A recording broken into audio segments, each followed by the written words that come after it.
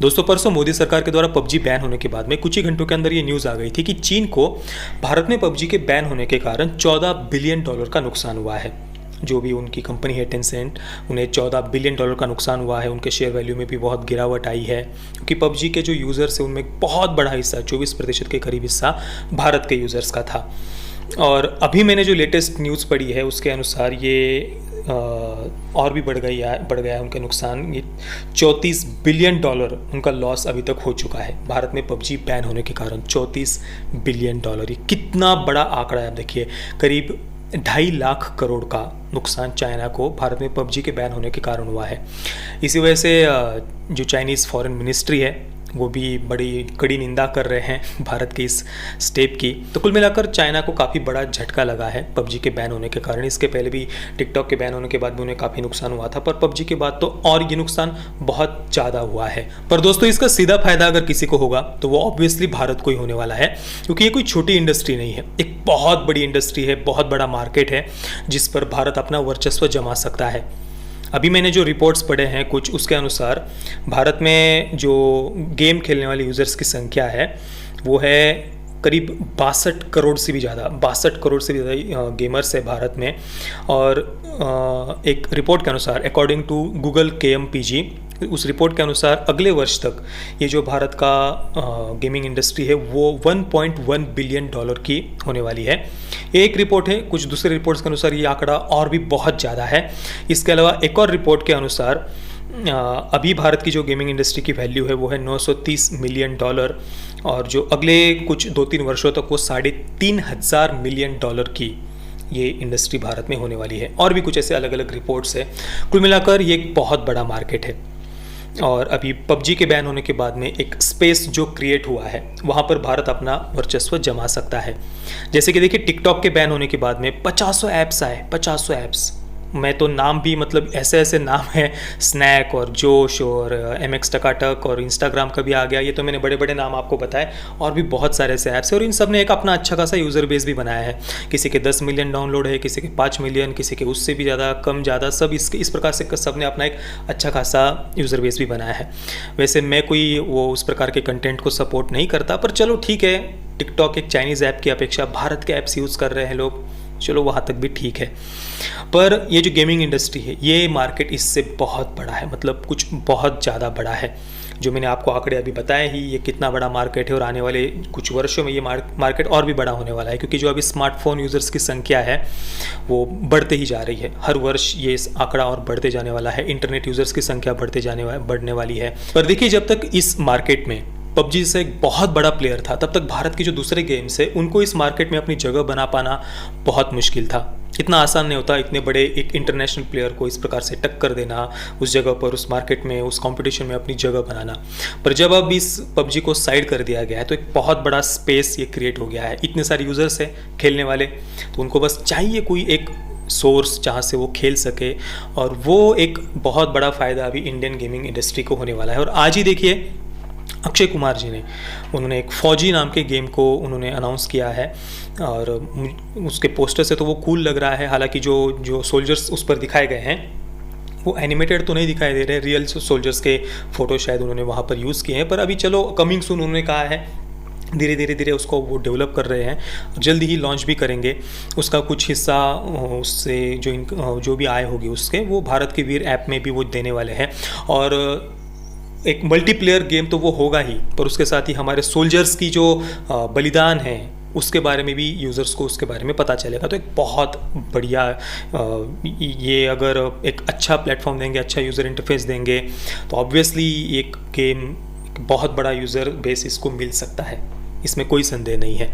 और केवल यही नहीं, फौजी गेम ही नहीं, इसके अलावा भी एक राजी नाम का गेम, जिसके बारे में मैंने काफ़ी कमेंट्स पढ़े, बहुत सारे मित्रों ने कमेंट्स किए थे पिछले कुछ दिनों में कि मैं इस गेम के बारे में देखूं, पढ़ूं। तो मैंने इसका ट्रेलर वगैरह देखा था, मैं वीडियो बनाने ही वाला था। पर अभी जब ये पबजी बैन हो गया है, और अभी आत्मनिर्भर भारत जो हमारा एक उद्देश्य है, हमारा स्वप्न है, स्वदेशी आत्मनिर्भर भारत या वोकल फॉर लोकल, जो भी आपका ये शब्द अलग अलग है, सबका उद्देश्य एक ही है कि हमें एक आत्मनिर्भर भारत का निर्माण करना है।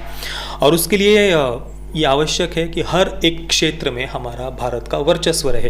वैसे मैं पर्सनली, देखिए जैसे मैंने आपको कहा, टिकटॉक का जो कंटेंट है मैं उसको सपोर्ट नहीं करता, पर ठीक है, भारत के ऐप्स पर लोग यूज़ कर रहे हैं। उसी प्रकार से गेमिंग इंडस्ट्री से भी मेरा दूर दूर तक भी कोई कनेक्शन नहीं है।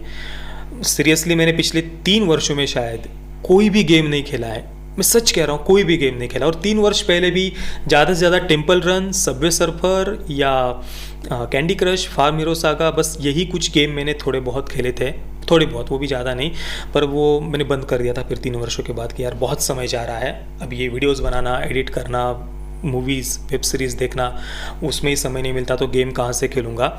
और पीसी पर मैंने, मेरे ख्याल से आज से 7 या 8 वर्ष पहले एक पीसी पर स्पाइडरमैन गेम खेला था। वो 3D गेम था, देखिए बहुत पहले, 7-8 वर्ष पहले खेला हुआ है पीसी पर। तो उसके अलावा मेरा इस गेम से, किसी भी प्रकार के गेम से कोई कनेक्शन ही नहीं रहा है दूर दूर तक भी।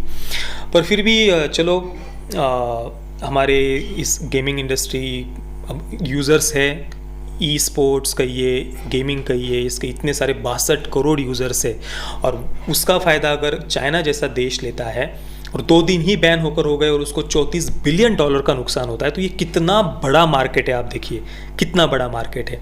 तो ये पैसा दूसरे देश को क्यों जाए, वो भी भारत का। और आजकल ऑनलाइन पेमेंट इतना आसान हो गया है, सब लोग बस गेम्स पर पैसा खर्च कर रहे हैं। छोटा छोटा कुछ, किसी स्टेप को पार करना हो या कुछ परचेस करना हो, वहाँ पर कुछ भी जो भी होता है, उसके लोग ऑनलाइन पेमेंट, धड़ाधड़ ऑनलाइन पेमेंट्स होते हैं। तो पैसा कहाँ जाता है, कि दूसरे देशों में ही जाएगा, तो वो तो एक नुकसान है ही ना। और भारत की गेमिंग इंडस्ट्री को अगर बूस्ट मिलेगा तो जो अच्छी बात है। चलो, जैसा मेरे गुरुदेव सत्संग में कहते थे कि अगर कोई बच्चा किसी, जैसे मिट्टी के किसी खिलौने को मुंह में डाल रहा है, उसको साथ वो खेल रहा है, तो उसकी जगह कोई रियल फ्रूट उसके हाथ में दे दो, कोई अच्छी चीज़ उसके हाथ में दे दो, मतलब कोई कुछ ना कुछ उसके जगह एक दूसरा पर्याय उपलब्ध कराओ आप यूज़र्स को। कुछ गलत जगह पैसे जा रहे हैं तो उसकी जगह भारत के गेमिंग इंडस्ट्री में पैसे आएंगे, तो एक अच्छी बात है। वैसे गेम्स के ऊपर ज़्यादा समय खराब करना हो तो वो तो गलत है ही, पर अगर हमारे सोल्जर्स के सेक्रीफाइस के बारे में, उनके बलिदान के बारे में अगर पता चलता है, फौजी जैसे गेम से, या राजी जैसा अगर जो गेम है, उसके द्वारा अगर हमारे भारत के जो महाकाव्य है, जो हमारा प्राचीन भारत है, उसके इतिहास के बारे में, उसके मंत्रों के बारे में, या नवदुर्गा उनको जो वहाँ पर दिखाया गया है राजी के गेम में, तो उनकी पूजा, उससे मिलने वाली शक्तियाँ, उससे वो राक्षसों से किस प्रकार से लड़ती है, एक बहन अपने छोटे भाई के उसको खोजने के लिए कैसे जाती है, या भगवान विष्णु उनकी आवाज़, या जो मंत्रोच्चार वगैरह, ये सब बातें अगर राजी जैसे गेम से पता चलती है खेलने वालों को, तो एक अच्छी बात है। देखिए, इस गेम का ट्रेलर जब मैंने देखा था ना यूट्यूब पर, तो मुझे तुरंत ऐसा लगा था कि चलो इसको डाउनलोड करके थोड़ी देर में खेल कर देखता हूँ, पर मुझे पता चला कि वो किसी निंटेंडो स्विच के साथ ही उसको खेला जा सकता है। अभी पीसी या स्मार्टफोन के लिए, एंड्रॉयड के लिए उसका ऐप नहीं आया हुआ है। और फिर निंटेंडो स्विच मैंने सर्च किया तो 27,000, 40,000, 50,000 और पता नहीं, बहुत महंगे है वो मैंने देखा भी नहीं क्या चीज़ होती है, कभी उससे कोई पाला ही नहीं पड़ा ऐसी चीज़ों से। तो देखते हैं जब स्मार्टफोन, एंड्रॉयड, आईओएस के लिए जब वो आएगा, उसके बाद आप सब इस गेम को खेल सकते हैं। और ऑब्वियसली इस गेम के जो विजुअल्स है राजी के, बहुत कूल लग रहे हैं, बहुत बढ़िया दिख रहे हैं, तो उन्होंने काफ़ी मेहनत ली है इस पर। बस एक बात मैं कहना चाहूँगा कि जो विजुअल्स है इसमें राजी के, तो बहुत दूर से हमें दिखाई देता है वो जो फाइट कर रहे हैं, राजी जो राक्षसों के साथ में लड़ रही है, बहुत दूर से वो दिखाई देता है। एक जो जूम करने का कुछ ऑप्शन होना चाहिए ताकि हम पास से देख सके क्या फाइट हो रही है, कैसे हो रहा है, या राजी के जो आँखों से हम देख सके, राजी कि जो देख पा रही है राजी, उस प्रकार से वो एक व्यू हमें मिलना चाहिए, या जो अभी व्यू है उसमें भी एक जूम करने का ऑप्शन होना चाहिए। ऐसे कुछ 2 ऑप्शंस उनको इसमें देने चाहिए ताकि एक पास से लुक मिल सके। वही एक कमी मुझे इसमें लगी। बाकी तो गेम बढ़िया है और भी धीरे वो उसको डेवलप करते ही जाएंगे। तो कुल मिलाकर पबजी बैन होने के बाद में एक बहुत बड़ा जो एक मार्केट में ये जो स्पेस आया है, जगह आई है, उस पर भारत अपना वर्चस्व बना सकता है। और मुझे विश्वास है कि अभी फौजी आया है राजी, तो ऑब्वियसली उसको तो वो बहुत 2-3 वर्षों से या उससे भी पहले से वो डेवलप कर रहे हैं। तो धीरे और भी बहुत सारे गेम्स इस जगह को, इस यहाँ पर जगह बनाने की इस मार्केट में ज़रूर कोशिश करेंगे और उसका भारत को ही फ़ायदा होगा। बाकी आप फौजी के बारे में या राजी के बारे में क्या सोचते हैं, मुझे अपनी कमेंट में ज़रूर बताइए। जय श्री राम, वंदे मातरम।